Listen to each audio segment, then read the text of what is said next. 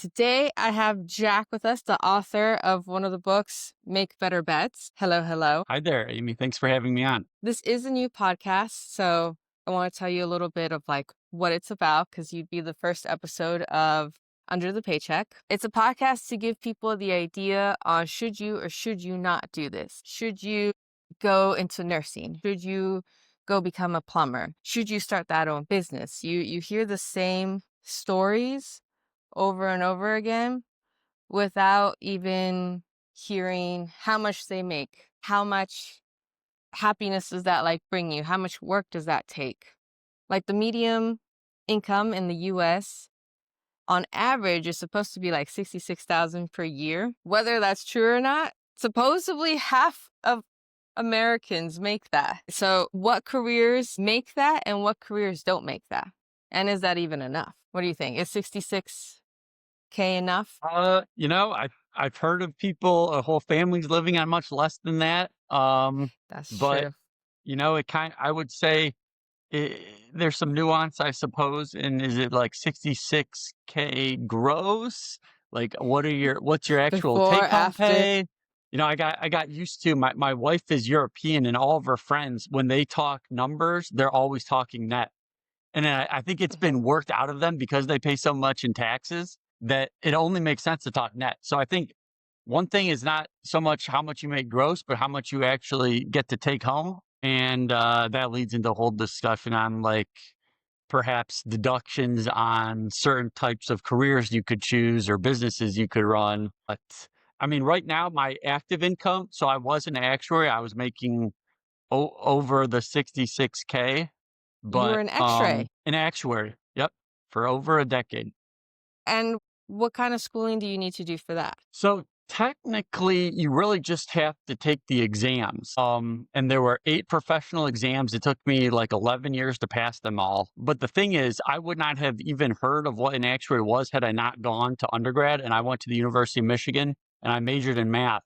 And it was only because I was like around those math people that I even knew what an actuary was. And for those that don't know, actuaries often work for insurance companies. They're assessing risk. They're telling the insurance company how much you need by law to keep in reserves to pay out future death benefits and annuity Okay. benefits. So I was working in life insurance, but there are actuaries in health insurance and then property and casualty for your car, your house. Like we're basically the statisticians that kind of keep track and figure out what should be paid in premium to basically cover certain types of risks. So I did that for over a decade. And like looking back, technically, I didn't really need an undergrad degree, but the only reason I was exposed to that career was because I went to undergrad. Because growing up in relatively rural Michigan, I did not know a soul. That I'd never heard of that word actuary until I got to college.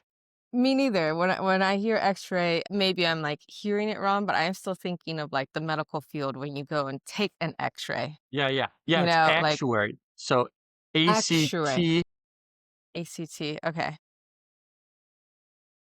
Oh, yes, yes, yes, yes, yes, yes. Yep, I have heard that in the math world, but never pursued yep. it. Math is Mhm. no fun. So you found that, see, when I think of accounting and stuff, I automatically assume the only careers there are go be a tax advisor, go work at the bank, go work for loan offices for real estate and stuff. So to find that niche of a job that maybe no one's ever heard of, because I've definitely have never heard of, that's interesting.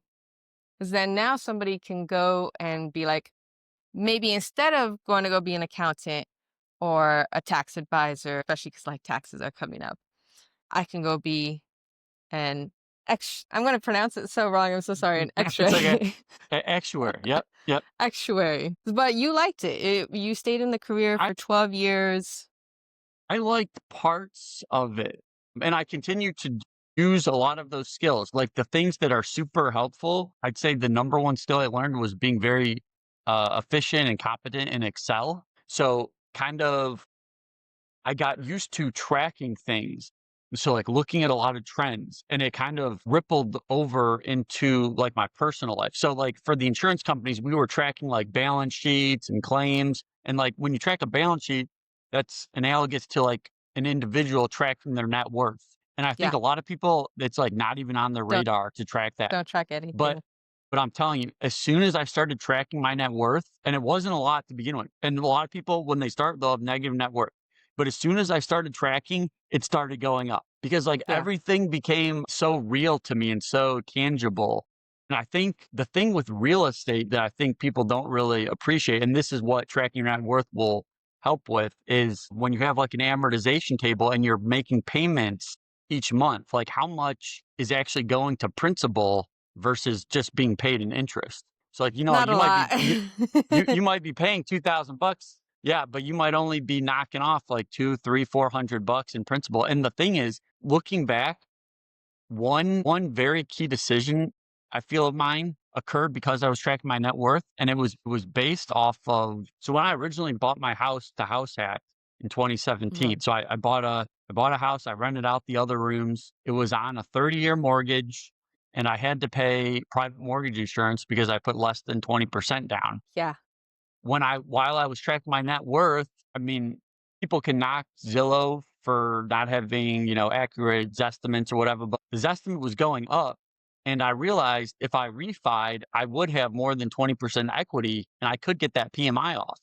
Not only that, but I got a lower interest rate. I was able to refi to a 15-year mortgage, and my cash flow that was going out each month was virtually untouched. But now, instead of only paying down, like, I think it was 400 or $500 in principal, it jumped up to like $1,100 a month.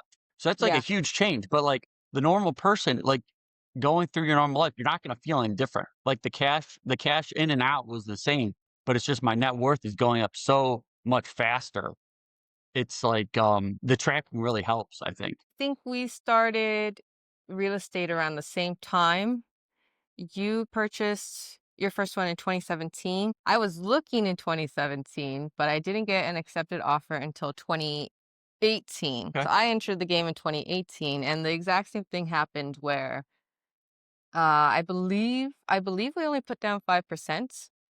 And maybe after a year, we're able to get enough of that equity to do the 20% of value that it's supposed to like increase before you can remove the PMI. We did that, and surprisingly, it's the same story of I think we ended up saving maybe $200-300 in the payment because interest rates were also going down. And it's one of those things that people don't tell you because I think right now real estate could be like a scary topic, but real estate is also in a way like a career that you could pursue, or maybe even like a side career, because I don't know about you, but like my real estate doesn't take that much time like out Mhm. of my day, maybe not even like throughout the year, couple of hours. But you don't necessarily get to touch that money though. It's just kind of Mhm. sitting or Yeah. like growing in the background. Did you start doing real estate because of your career and like knowing the numbers and like seeing like So, maybe other portfolios of uh-huh. like, hmm, So I think I have, this is kind of a funny story. So like in 20, well, it wasn't funny initially. I lost my a job in 2016, mm-hmm, and I was running at the time. I had very cheap rent. So I was pretty lucky in that respect. But I took a trip to Europe to see where my grandparents grew up, and I started reading on that trip because then I finally had like time to myself, and that like sounds uh beautiful. That sounds and amazing. yeah. So I started reading a lot, and it became fun. And there was a book I had read called The Shortest History of Germany. And this seems like Okay. such a bizarre book to like change a financial trajectory. Your There, life. yeah, like my whole concept around money changed from this book. And it's because there was a section on the Weimar hyperinflation. So this is when the Weimar Republic, um, after World War One, they lost. They had to make these bond payments and reparation payments instead of, they couldn't really raise taxes. That would have been unpopular. So basically, they started printing money, and apparently this is a tale as old as time. But they started printing money, and there's famous pictures of people taking wheelbarrows of cash. I forgot what, I think they might have just been called marks at the time. I kind of forget what the currency was, but there are wheelbarrows of money going to the bakery to buy like a loaf of bread. Uh, And in that uh-huh. in that book, it described the people that were not affected as um mightily were people that either had like nothing, like they're just living paycheck to paycheck. They might be like homeless on the street, like they didn't have anything to begin with, so that they didn't really have any dollars to get devalued away. And then the other group of people were the people that actually owned like real estate and businesses because as the government printed more money, well, they could just raise their prices and they were kind of protected. But the people that saved in like their dollars or that currency were just like obliterated. Like, can you The imagine like the saving middle. for decades and decades, and then from like, you know, a couple weeks change and your life savings is just like evaporated. So that like totally changed my mindset is like, okay, I need to get assets. And then also it seemed like wealthy people a lot of times will not really sell their assets. They'll just borrow against them. And that was kind Uh-huh. of like another mindset shift I had. Thinking I need to get assets and then eventually like borrow from them because if the government prints money, like I mean, people saw it in COVID, Yeah.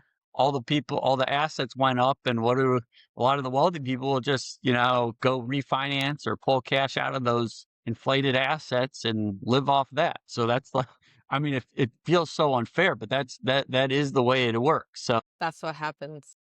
that shortest history of Germany really changed how I look at money. It happens in other places. I believe it's currently I can't remember the name of the country right now. For some reason, I want to say like Venezuela, No, where but like a loaf of bread is like $300 per se. Like, uh, it's ridiculous. But how did you, for example, like because everyone's a little bit different. mhm, When I went to go and purchase the condo, my first property ever, it's such a focus, like, because nobody, sure, people could tell you to like save, go get a job, go get your first house, and it's just like a 3 to 5 point step. But everything in between, nobody ever tells you about. So for me, went to school, saved up the 5%.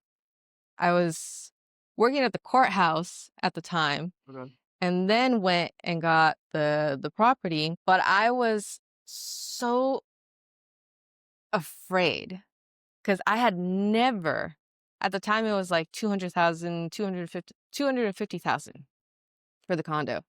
And to me, that's a lot of money. To me, that was like, how am I going to borrow? I've never seen this much. I believe at the time at the courthouse, I was making like $19 an hour. Like the emotional state to try to be like to get over like the hurdles, the emotional hurdles. Like sure, real estate makes sense and everyone tells you to get it. It was hard. And thankfully it's all been like working out, but people make it look so easy. Like, yeah, I just went and bought this and I just went and like got that, but you didn't have any like it was like easy pen to paper, like done, not gonna stress about the Um, future. I'm trying to think back. I mean, one thing that I had an advantage in on this was I actually got to see my brother go through it briefly or like right before I did. So he had moved Okay. to Nashville and he started to do it. So I kind of saw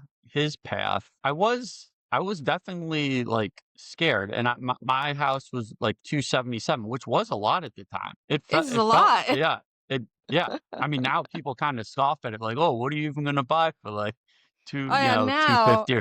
But if something was yeah for 250, I'd jump on it right now. Like, "Oh my god, that yeah is a great deal." yeah. And the thing was, to your point about like following like a playbook, Mhm.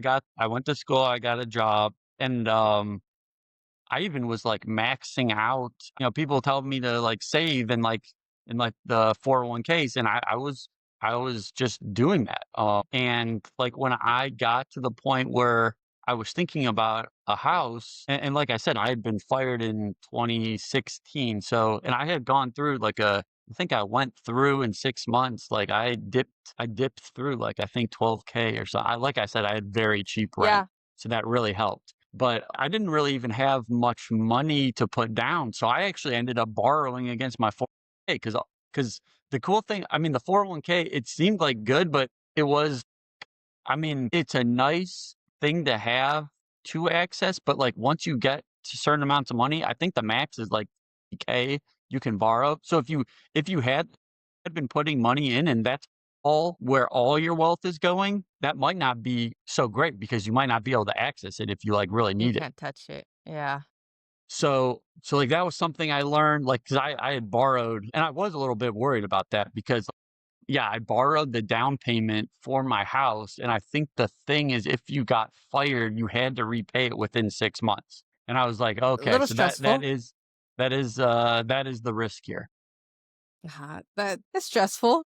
But I think part of, and this goes back to Excel, like just trying to analyze a deal and getting more comfortable with the numbers and trying to perhaps visualize like good scenarios, like your baseline and then negative. And I did have my risks were like if I weren't able to rent it out, like even if I couldn't find roommates at the time, I was working as an actuary. So I would have been able to make the payments. I would have been pretty tight, but I would have been able to make the payments, but I was just like, "Okay, like, how confident am I can get, roommates here?" I was pretty confident. So that was kinda what it hinged on, yeah, I mean, I there was a lot of, um, things I had to like, there's a pool in the backyard, and when I first saw this pool is about to go into foreclosure or the house was about to go into foreclosure, and when I first saw it, the pool was, like, jet black, like, you couldn't see Oh, the bottom of it. So I had fun. like, things like that I had to, like, learn about and try to eventually, I was, like, cleaning it myself, but it and that was a pain. That was, like, a super big pain, and so many people were telling me, like, "No, don't get a house with a pool, don't do it." A lot of Um, maintenance. That's what I hear yeah, too. I don't think I yeah. would. The funny thing is now, like well, now I'm married and my wife has moved into the same house, and we are gonna, like, fill the pool, I think we're gonna start, like, growing some plants and maybe some food because yeah, it's hard to maintain, and we keep getting, like, trees that will break off, like, branches, and they'll rip the liner, so now we've had, like, 3 liners. I think we're the same person. That's a greenhouse. Okay, cool. So you could put a greenhouse on top of the filled in Yeah. pool. Only took 6 months to build. Ooh, sorry, it's getting windy here. Hopefully you can't hear any of it. Okay. So it looks like we started off the same. It looks like did you keep going into real estate or So, is it one or done? my no, no, so I had the house hack, and that got me, like, more interested in real estate, and then I started listening to podcasts, like, Bigger Pockets was big at the time. Oh, I do remember So bigger and pockets. I started reading a lot specifically on real estate, and that I and really it was Bigger Pockets that gave me some of the ideas for some of the strategies. So in 2018, I was like, yeah, I kinda like real estate. I mean, still working as an actuary, still studying for exams, but, I started cold calling property managers. Okay. And the idea was just to meet property managers and then I was kind of asking, like, were any of their clients, like, going through, like, any sort of struggle or divorce, or did you know if any of them were looking to offload properties for any given reason? And after a couple months of talking to one property manager, I there was a couple that was going through a divorce, and they had 3 properties, was a 3-unit and 2 single families also in Michigan. These were in Michigan by where I grew up, all within, like, a 30-mile radius, but 3 different cities, and But you're in Tennessee now, aren't you? North Carolina. North Carolina. Sorry, your brother is in Tennessee. You're in Yep. North Carolina, so you're looking out of state? I am because I just thought the rent ratios, the ratio of like what it actually costs for the houses versus what they bring in rents was more attractive, like in the Midwest, like by where I grew up in Michigan. Uh, I I went to Michigan in October, this past October, for Uh, the first time ever. It is so Okay. beautiful. Yeah. And we specifically went there to go look at houses surrounding Detroit because Okay. the houses over there are like 150, 180K prices that you will never see or hear of here in Mhm. California. So I think I can imagine the type of properties that you're Yeah. looking at. It's so And pretty out there. Yeah, and these were like 100 miles north of Detroit. So these prices were even, I mean, you're really Far, my like friend. I'm really like close. so for the three houses, and I got them on seller financing. And then that was like another thing I would have never known had I not listened to some of these podcasts or read some of these books to even like, bring up the idea of possibly doing a deal like this. But they sold all three properties to me for $60,000, and they were bringing, at the time, it was basically 5 units or 5 different renters, and they were, total paying over 2,000 a month, and I Wow. got the 3 for, 60. And while the thing was, the interest rate was a little higher, it was like 6%, which was, I think, relatively high at the time, but I couldn't get Now it's traditional normal. financing. Yeah, I couldn't get traditional financing because 'cause they're like, "You don't really have a track record. We don't know. We don't really trust you." So that was a way for me to, like, get into, this. And the cool thing about, because I had been calling that property manager, I kinda built a relationship with him, and I just let him manage them, for me still. I mean, he was already familiar with the properties and the renters. We just kind of did that. And while I was studying, I mean, and this goes back to the, you don't want to just hold dollars, but I thought it didn't really make sense to just hold my dollars, but I also didn't want to figure out what to put them in. So I decided to just pay down the debt, lock in that 6% return on those, and I paid them off within like 2.5, 3 years. And then by that time, I was able to get traditional financing. And then in 2021, I bought a 7 unit also in Michigan, and that Right. was in Bay City, Michigan. So that one I was able to get traditional financing because they looked at those prior Looked at properties your and I had paid them portfolio. off. Yeah. So like they could see that I had kind of did what I had set out to do, and, they weren't, like, burning to the ground, so they lent me some money, I guess. And but around 2021 is when we bought the last group. That is when I thought prices started getting really wonky, where the asset prices, like the home prices were going up a lot, but the rents weren't really keeping up. So that is when I pivoted a little bit to just raw land. And Oh, I took a class through a guy who goes by the Land Geek. His name's Mark Podolsky. okay.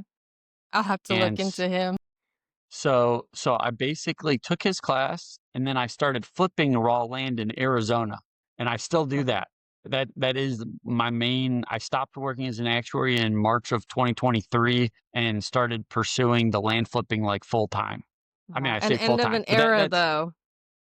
yeah. The The an end of an era for over a decade. yeah. Is Yeah, I mean it's kind of, and this goes back to the tracking. It's just kind of frustrating. I was making good money, but my raises each year were like 2%, 3%. Um, and my lifestyle was, I was tracking like a basket of things that I buy and use. Yeah. And my prices, so like my personal inflation rate was like much higher. So I'm like, Okay. wow. So like if this continues like this, I could be in a bad spot. So I need to change something. And I thought like if I start like my own business for this land flipping, I'll control more of my time and kind of be able to keep more of what I kill per se. And I was hoping to learn more about business, and that's yeah. But yeah, it's an end of an era. I mean, I still do some like, I don't know what you call it, like Maybe consultant like work, like clients. on yeah, like on Upwork and things like this. Some people I still do actuarial work for, but I've been able to use a lot of those actuary skills like in real estate and land flipping. Because you have to look at a lot of data, you have to look at a lot Yep. of history. For me, in a sense, it's kind of like you have to predict a little bit of the future. Just a small, nothing crazy like, oh, prices are gonna like collapse and interest rates are gonna get no, it's more of a, is it gonna be okay for like the next 6 months? In what direction can I sustain in both directions, basically, Mhm. regardless on what happens? And And I yeah, think, I guess. please go. Well, I was just gonna say, like, part of, I don't know if you would call it like this, like being my thesis, or but when I when I viewed the home prices going up so much, at some point people are going to have to like make changes. And like one thing I saw about that I kind of like about Arizona is the land is so cheap. Like, and I get like some people don't want to live there now, but like I can get people like acre lots for like $4,000 or $5,000, Wow. and their taxes are only like $7 or $8 per year, which is like wild. So it's just like an alternative. Like I just thought people are going to have to like look into alternative living situations, and it might not be super soon. And I guess this, in terms of the land stuff, I think I was looking at it almost as like, hmm, kind of like a trader, like someone that's really Like like stocks. trading frequently, in the sense where they kind of already have the buyers lined up before they buy it, and they're just like the middleman, like buy, sell, buy, sell. Like they don't really care so much about like forecasting the future, as in like, okay, I know these people want to buy it and they're willing to pay this amount, and I know I can get it over here for cheaper. I just, buy lower and then sell, make a couple thousand on each deal. It's kind of like a volume game, but because yeah, it's hard to. I mean, I don't really have like super high up friends that are telling me like, oh yeah, like you should buy land over here because like these things are going to be built. I don't really have, but that is kind of the cool thing about real estate in general is if you have a good sense of the economies in different cities, you can kind of perhaps get inside information on what's going to be built where, or where I people are have moving. heard of, in a sense of land flipping. I've personally never tried it, but from my understanding, from what I have seen, is maybe some avenues of purchasing that huge acreage and then they're splitting it up into smaller parcels and then selling that off, or simply just holding it for maybe a Mhm. year or two, and that in a sense kind of acts as like their savings account for like the Yep, year, and exactly. then go and sell it off maybe a Yep. year or two later. Is that kind of Yeah, I mean that goes to it comes back to like our US dollars are not a great store of value for long periods of time. So if you want to hold something, land is pretty good to hold. I try to flip pretty quick. My intention is not to hold them super long, but I am buying up. I mean, a few months ago, I bought like 36 parcels from one guy, and I didn't have to go through the process of subdividing because they're already worth like 36 different parcels. But I am selling them in like piecemeal to other investors. okay, So in a sense, I'm just buying something bigger and then subdividing it from what I got. getting it in But bulk? there are, I do know people that are subdividing, but yeah, it's just like a slightly different niche, because you need to learn those rules and how to go through that process. It's a lot of work, Yeah. especially talking with the city or figuring out like zonings and what you can like do with that. And I've never been able to successfully figure out like because at one point in time, because real estate here in Los Angeles is you can get a shack for like $1 million. So at one point in time we were researching like, okay, maybe building, like getting land and like building, but the paperwork here and working with the city here alone is over a year. Yeah. I don't think anybody is aware of that in like other states, because I feel like in other states you can get it all done in a Yeah. matter of weeks. Here, no. And you got to get like inspections throughout the entire thing. It's a headache. We even looked at like ADUs and like, smaller Mhm. projects over a year just for Wow. paperwork. Yeah. I don't know. Yeah, that's unfortunately, I think, why a lot of people are leaving California, it seems. It's a lot of So, work. yeah.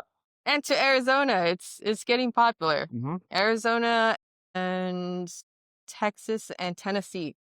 I've been hearing a lot of people moving away to Tennessee. We talked about your 12-year career and how that was able to fund real estate, and then having a career in real estate to now having your business with land and writing some books. How did how did you find time, first off, Uh-huh. to be able to write a book? Yeah, the books, my first book was called Make Better Bets, and I wrote it for a post analysis. This might seem a little like geeky, nerdy, but I had learned in my actuary job, like how to write macros. And macros are like these automated programs you can do inside Excel.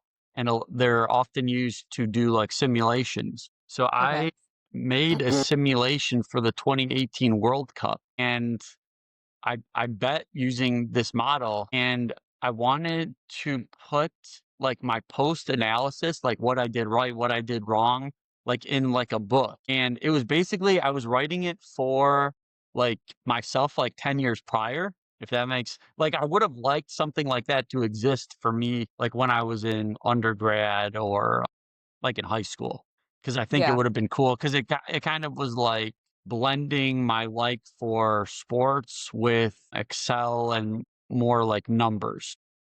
Yeah. So that was and I remember writing it, like, I'd spend, like, an hour a day before work or an hour yeah, like, an hour before work each day, like, going to, like, a Starbucks and writing before, and then some weekends and yeah, I got momentum going just from, yeah, staying consistent each day, and then the actuary book, 15 Weeks to Pass an actuarial exam, sorry. I had trouble with the exams. Like, so there's 8 total exams, or at least when I was going through them, there was 8 big ones, and the first 5 were multiple choice, more like like strictly math problems, and I did very well on those. I failed, I think, one of them one time, but I cruised through them essentially.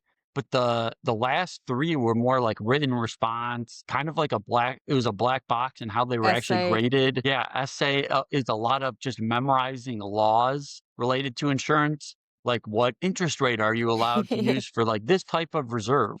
Just, like, very arbitrary things. It's really a lot of memorizing, and so I had failed the 6th one, I think, 3 times before passing, and the 7th one another 3 times before passing, and the 8th one, I failed twice before passing, and they're only offered twice a year.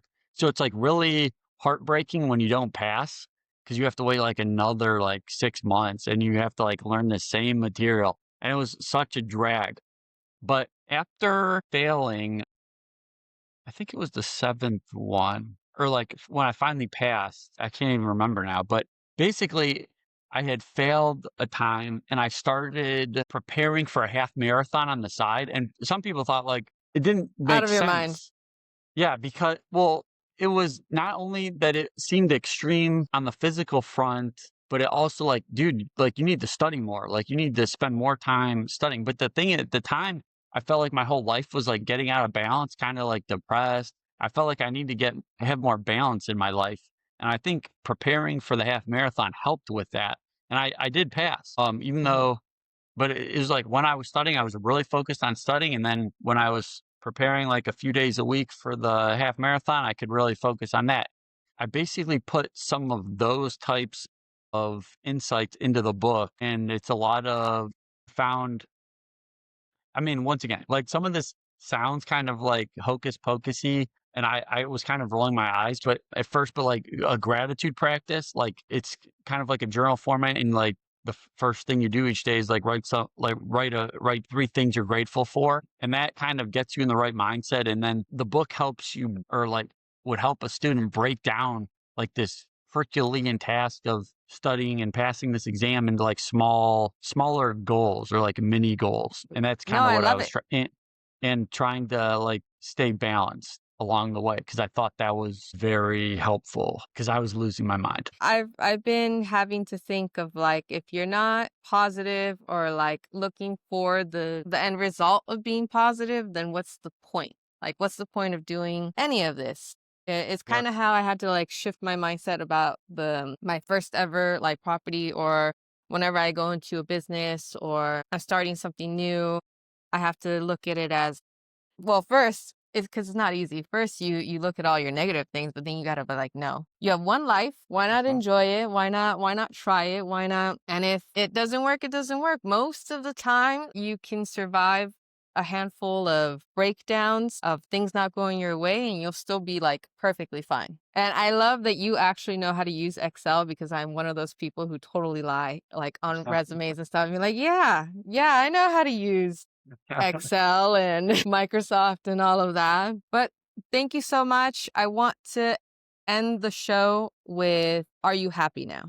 I am absolutely happy now, and I never thought I would have, like, this much freedom of time this early in my life, and I really would like, if the listeners were to take one thing, like, really, like, this quote, like, "Whatever gets measured gets managed," like, it really I really believe this, like, so if not only you need to, like, be careful what you track and what you put your energy towards, but, like, if you track, like, whether it's, like, I don't know, like, if, people are interested in, like, losing weight or well, whatever it is, like, if you track it, it will get managed, and that includes, like, your money. So, yeah, Because it it could be a just, slippery slope. If you don't track it, it could easily just, I call it like flying away without you yeah. even knowing.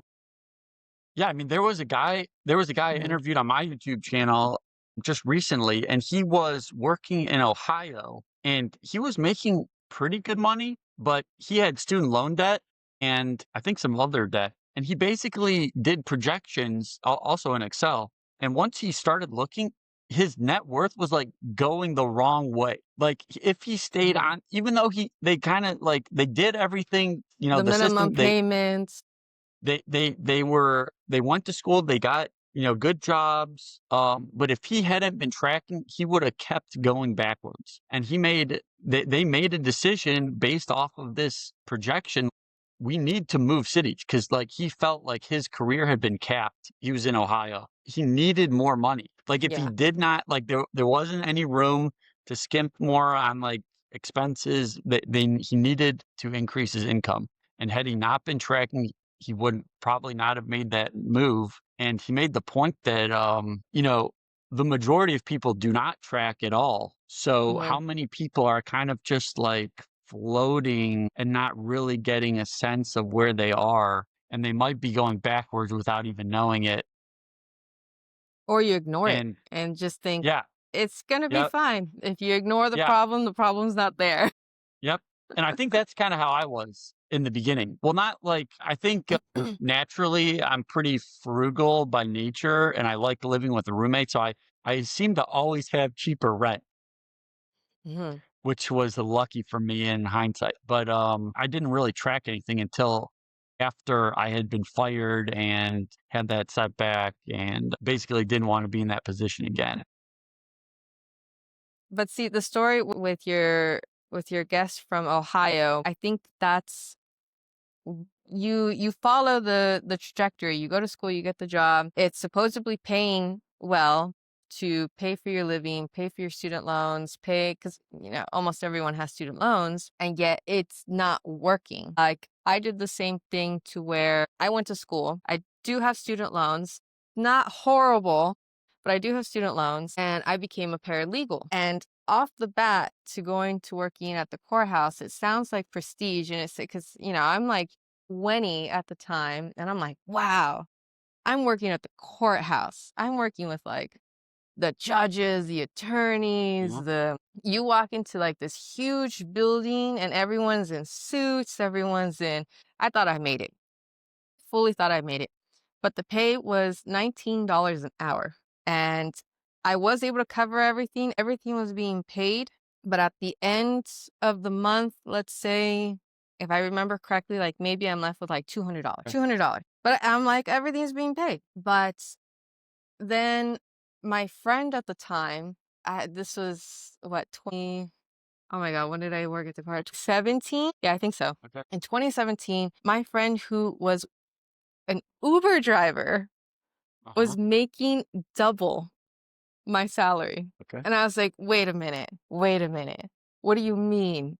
He showed me like all the number. He like pulled up his app and like everything that he was like getting paid out. And I was like, oh my God, I'm doing something like wrong here. And then I got switched over to probate law. Probate law is where at the time I was doing like civil, but then I got transferred over to probate. Probate is essentially end of life. Like or you've already like passed on. It's for the dead people. And it's people getting like their inheritances and things like that. So you start looking at like accounts and everything. There are more people than you think that have millions. Like Joe Schmo that is like walking down the street that you would Mhm. never ever assume is leaving millions of dollars to their children. And after seeing all these accounts and everything, it's like I'm never going to make this with my degree in pre-law, my paralegal certificate, making $19 an hour at the courthouse. And I started talking to like all my coworkers and everything because everyone's so much older than me. Everyone's in their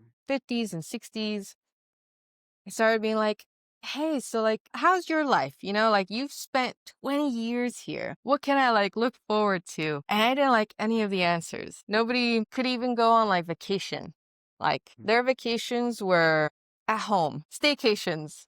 And I was like, oh, okay, I want to go. I want to spend like a week in Mexico. I would like to spend a week in like Europe. And everyone couldn't like, if something was wrong, you'd ask like, hey, how was your weekend? If something like broke down with their car, they were so stressed about it on Monday. They're like, I don't know what I'm going to do. I don't know how I'm going to like pay for it. The car is like 20 years old. So they don't want to get back on like payments or things or can't go into payments. And in Uh-huh. 2017, I remember cars being like so much cheaper than what they are now. Yeah. Especially, but I think my friend was still able to get like a brand new Honda Civic for like 18 grand back then. Yeah. Now that doesn't exist, but yeah, I would not recommend being a paralegal and doing that route. But I'm glad that you're able to recommend being an actuary and leading that into your way of like real estate and hopefully more. Hopefully this Mhm. just keeps going. Yeah, the cool thing about the actuarial exams is it's very intense and there's a lot of real world applications. Like for example, the first exam is probability, which I think people would benefit from. The second exam was all on options. So like puts and calls, which is imperative to a lot of like insurance companies and managing risk. And my wife actually, I introduced my wife to this like selling options, and she does that full time now. So that Oh wow. also came from my actuarial exams. So like there's all these like cool skills that you learn along the way and good topics that you cover. So I definitely recommend it. Even if I mean, it does yeah, I mean, any career, especially in this day and age, like, it might not be forever with how things change so fast, but, yeah, the material was very good on the exams, and, I think it just gets you in the mindset of, like, just continuous learning, because I Continuous think learning. that's another good thing just to kinda have with you. That might have been one of the issues at the courthouse. That was, from what I saw, that was it. Like, there was no Mhm, more learning or talks on investing or possibly like pivoting to like higher careers up there, like maybe becoming an attorney, from like paralegal to mhm, attorney. And there was none of that. And, or also the aspect of maybe nowadays you can't just do one thing and you mhm. have to do two or three or things just kind of running in the background. Maybe.